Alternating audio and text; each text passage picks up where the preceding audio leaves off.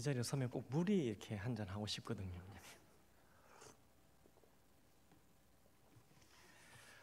혹시 우리 성도님들 지금 가지고 있는 물질에 만족하십니까? 어떤 분 통장에 몇 천만 원 있을 것이고 몇 백만 원, 몇 억이 있었기도 하겠는데 혹시 얼마를 가지면 만족하시겠습니까? 오늘 한 10억씩 쏴드릴까요? 제가 쏠 수는 없는데 혹시 10억 있으면 만족이 되겠습니까? 예, 만족하시네. 예. 만족되는데 또 10억을 가져보면 또 20억이 또 생각나고 더 많이 있으면 좋겠다 이런 마음이 들지 않습니까? 사람의 마음이 조금 더 많으면 좋겠다, 조금 더 가지면 좋겠다, 더 채워주면 좋겠다, 욕심이 끝도 없는 것이죠. 그런데 어떤 물질, 세상의 것도 많이 채우고 많이 얻으면 좋겠는데 그렇다면 은혜 받는 일에는 어떠하십니까? 지금 받고 있는 은혜, 누리는 은혜에 만족하십니까? 예배를 통해서 은혜를 우리가 하나님 부어주시는 놀라운 은혜를 누리고 있는데요, 그럼에도 혹시 더 큰 은혜, 더 풍성한 은혜, 더 깊은 은혜를 사모하십니까?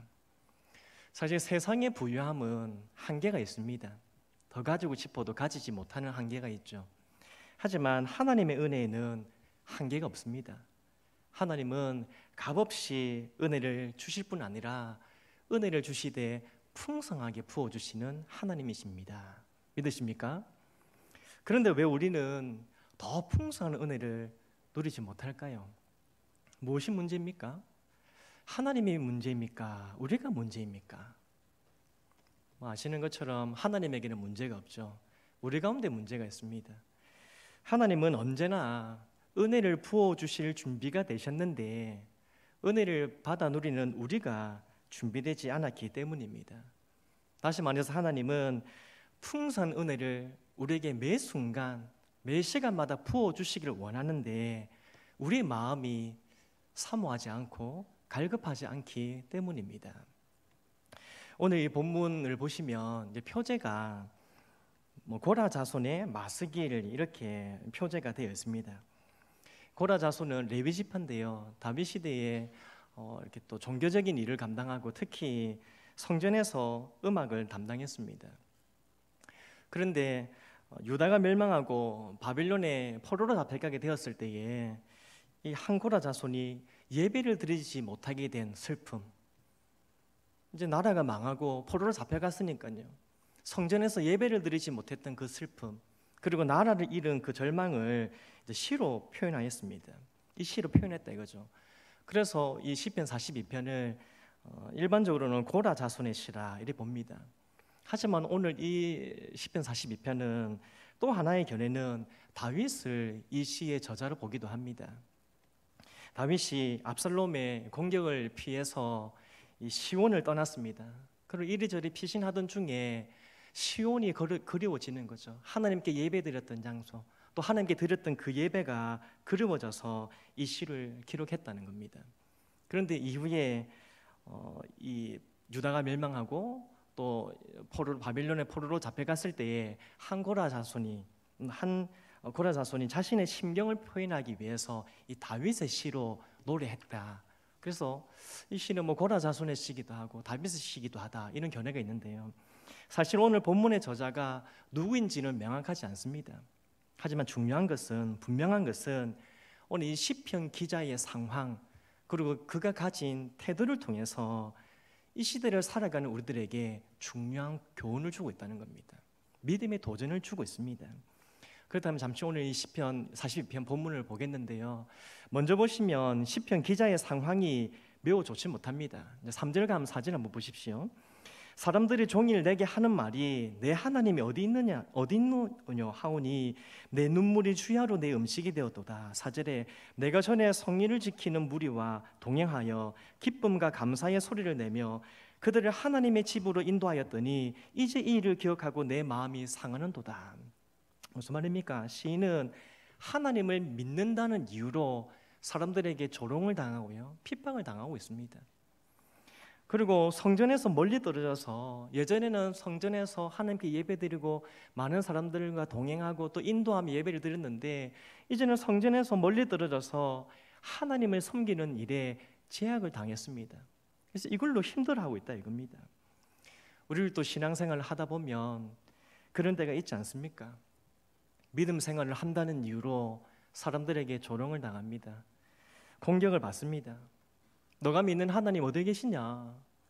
너가 그렇게 믿고 의지했고 자랑했던 하나님 어디 계시냐? 보여줘봐. 그렇게 공격합니다. 너희가 상황을 봐 지금. 너희가 상황을 보고도 너가 하나님을 찬양한다고 너 꼴을 봐. 그렇게 공격을 합니다. 직장에서 동료들이 그렇게 이야기하기도 하고요. 그리고 이웃들이 그런 말을 하기도 합니다. 심지어는 믿지 않는 가족들도 그런 말을 하기도 합니다. 또 우리가 어떻게든 믿음으로 살려고 하는데 어떤 일이 납니까? 벼랑간 건강에 문제가 생깁니다.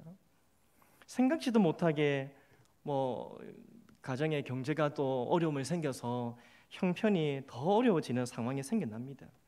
게다가 요즘은 코로나 때문에 우리가 예배를 드림에 있어서 많은 제약을 받고 있지 않습니까? 그럴 때 답답함을 느끼는 거죠. 그리고 낙심이 되고 불안하게 됩니다. 근데 주목할 것은 우리도 그런 상황이 있는데 오늘 이러한 상황에, 이러한 좋지 못한 상황에 처한 이 시편 기자가 어떤 태도를 보이고 있는가 하는 것입니다. 자, 그가 어떤 태도를 보이고 있는가? 1절과 2절 한번 보십시오. 같이 한번 읽어보실까요? 1절 2절 시작. 하나님이여 사슴이 시냇물을 찾기에 갈급함같이 내 영혼이 주를 찾기에 갈급하나이다. 내 영혼이 하나님 곧 살아계시는 하나님을 갈망하나니 내가 어느 때에 나아가서 하나님의 얼굴을 배울까? 아멘. 오늘 시편 기자는 이 힘겨운 상황 가운데 갈급한 심령을 호소합니다. 이 갈급함은 단순히 예배의 자리를 갈망하는 것만이 아닙니다. 어떤 종교적인 의식에 대한 그런 갈망이 아닙니다. 다시 1절 후반을 보시면요, 내 영혼이 주를 찾기에 갈급하나이다. 주를 찾기에. 또 2절을 보시면 내 영혼이 하나님 곧 살아계신 하나님을 갈망하나니. 그리고 뒤에는 하나님의 얼굴을 배울까. 어떤 종교적인 어떤 그 자리가 아니라 이 시편 기자는 예배의 대상인 하나님을 갈망했습니다. 단순히 예배의 자리에 앉고자 한 것이 아니라 하나님을 만나기를 원했습니다.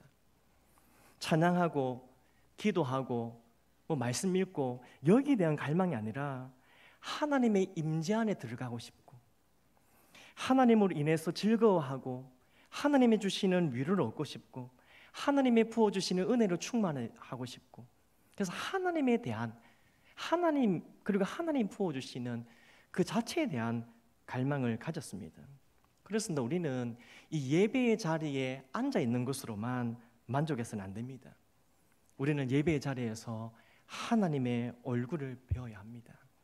이 예배의 자리에서 찬송 부르고요, 또 기도하고 말씀을 읽고 듣는 이 종교적인 행위, 오늘 또 왔다, 예배 자리에 앉았다, 이것으로 만족할 것이 아니라 이 시간을 통해서 하나님을 찾고 하나님을 만나는, 그리고 하나님의 임재를 경험하고픈 그런 갈급한 심령을 가져야 합니다. 오늘 흥미로운 것은 오늘 시편 기자가 그의 간절한 마음, 이 뜨거운 갈망을 사슴에 비유해서 표현합니다. 다시 한번 1절을 보십시오. 사슴이 시냇물을 찾기에 갈급함 같이 내 영혼이 주를 찾기에 갈급하나이다. 아멘. 사슴은 피가 뜨거운 짐승으로 자주 갈증을 느낀다고 합니다. 더군다나 이 맹수에 쫓기고 있는 사슴, 평소에도 피가 뜨거워서 갈증을 자주 느끼는데 맹수에 쫓겨서 도망치는 그 사슴은 녹차가 되어서요, 오로지 이 시냇물밖에 생각이 나지 않습니다. 그 물을 마시고 싶어서 물 냄새를 맡고 전심전력으로 질주합니다. 물을 마시기 위해서 달려가다 보면 돌을 밟고 넘어지기도 하고요, 너무 급하게 달리다 보면 나무에 부딪히기도 합니다. 하지만 이 사슴은 다시 일어서고 다시 달려갑니다. 어떻게든 그 물을 마시기 위해서 몸부림을 치는 것입니다. 오늘 물을 마시기 위한 시냇물을 찾는 이 사슴의 몸부림은 단순한 목마름이 아닙니다. 그냥 물 마시고 싶다 이게 아니라 살기 위한 목마름입니다. 물을 마셔야 살 수 있겠다는 간절한 목마름입니다. 특별히 1절에 우리 갈급하나이다 이렇게 표현되어 있는데요, 이 원문의 표현은 이렇습니다. 내 영혼이 주를 찾기 갈급하나이다 했는데, 이 갈급함은 원문에서는 목마름으로 인해서 지속적으로 부르짖고 헐떡이는 모습이다, 그렇게 이런 의미가 있습니다. 갈급하나이다, 이 말은 너무 목말라서 지속적으로 부르짖고 계속 헐떡거림, 은혜를 잊기 위해서 하나님을 계속해서 찾고 또 찾고 부르짖고 또 부르짖는 겁니다. 주님의 은혜가 없이는 살 수 없다는 그 절박한 심정, 하나님 오늘도 주님께서 저에게 은혜를 부어주지 않으시면, 은혜를 허락해 주지 않으시면 저는 살아갈 수 없습니다라는 이 가난하고도 절실한 심령을 가지고 지속적으로 하나님께 나아가서 부르짖고 또 부르짖고 찾고 또 찾는 것을 의미합니다. 오늘 시편 기자의 심정이 그러하다 이겁니다. 목이 타들어가는 영적인 갈급함, 이 영적인 목마름을 가지고 하나님을 찾았습니다. 이 시편 기자가 목마른 이 갈증을 가지고 하나님의 은혜 없이는 살 수 없습니다. 하나님 은혜를 좀 채워주십시오. 하나님 저의 이 갈망을 해결해 주십시오. 그런 탄 듯한 영적인 목마름을 가지고 하나님을 또 찾고 지속적으로 찾고 나갔습니다. 주님만이 나를 살릴 수 있습니다. 주님만이 나를 건질 수 있습니다. 주님만이 나에게 참된 만족과 평안을 줄 수 있습니다. 오늘 이것을 사모하면서 이 시편 기자는 주님을 찾고 또 찾았던 것입니다. 사랑하는 성도 여러분, 이 코로나 시대에 우리가 점검해야 할 것이 있다면 바로 갈급함입니다. 많은 것을 우리가 점검해야 되겠지만 우리의 신앙생활에 있어서 또 한 가지를 점검하자면 갈급함, 하나님을 향한 가난한 심령, 영적인 은혜를 사모하는 간절함입니다. 솔직히 신앙생활을 오래 할수록 예배 드림이 식상할 때가 있지 않습니까? 예배를 드리면서도 의무적으로 참석을 하는데 뭔가 설렘, 기대가 조금 식어지는 겁니다. 날마다 교회 와서 예배 드려도 이 감격이 넘치는 어떤 감격? 이런 감격을 누리지 못하는 겁니다. 더군다나 이 코로나가 터지면서 우리 예배 생활이 더 큰 위기를 맞이했습니다. 처음에는 교회 나가지 못하게 되었을 때 얼마나 우리가 간절했습니까? 발을 동동 구르고요. 너무 답답해하고 빨리 가야 되는데 정말 하나님을 찾고 은혜 자리를 사모하는 그런 갈급함이 있었습니다.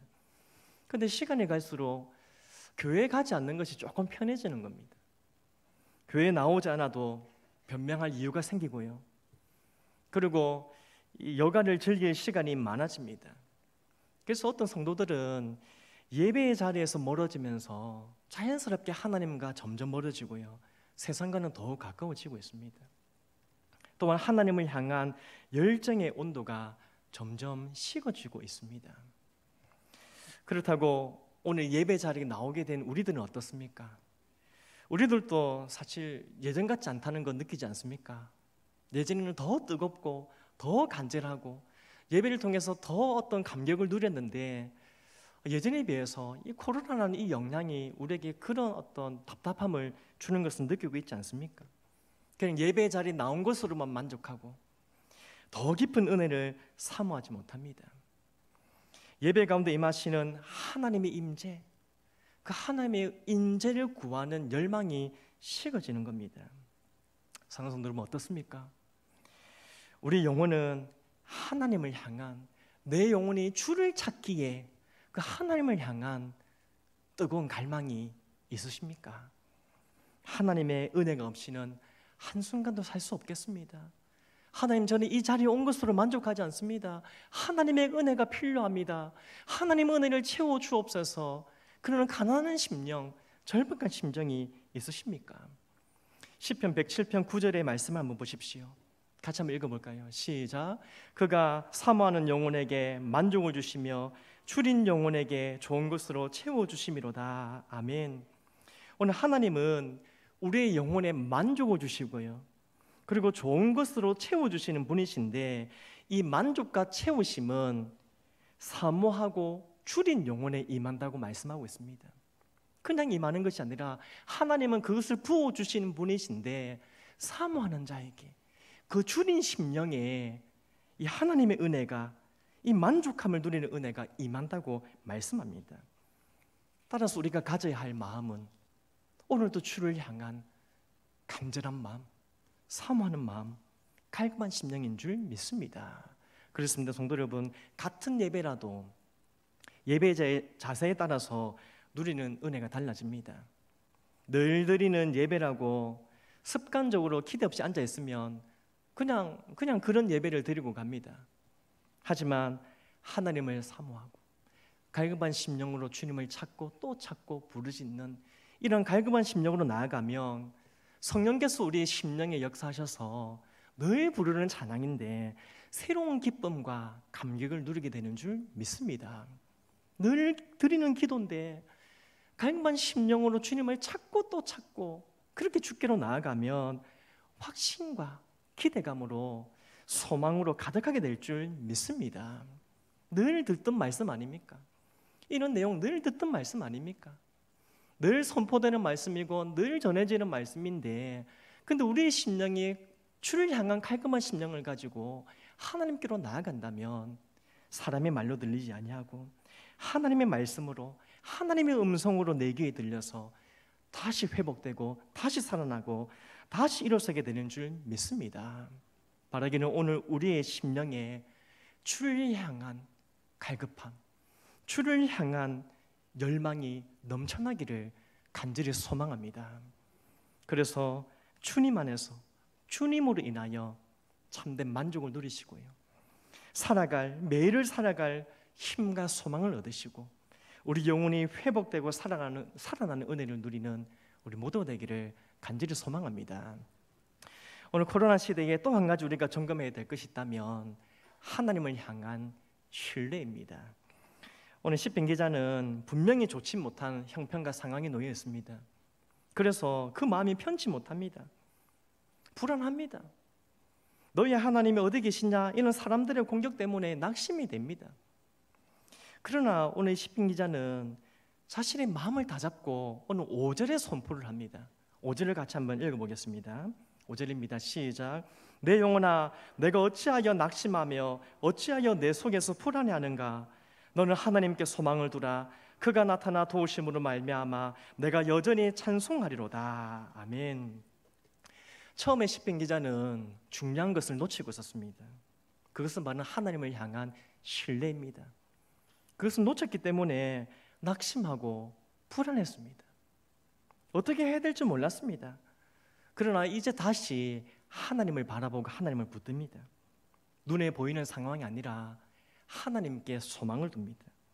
그리고 그는 하나님께서 자신의 이 갈급한 심령을 아시고 채워주실 것을 믿었습니다.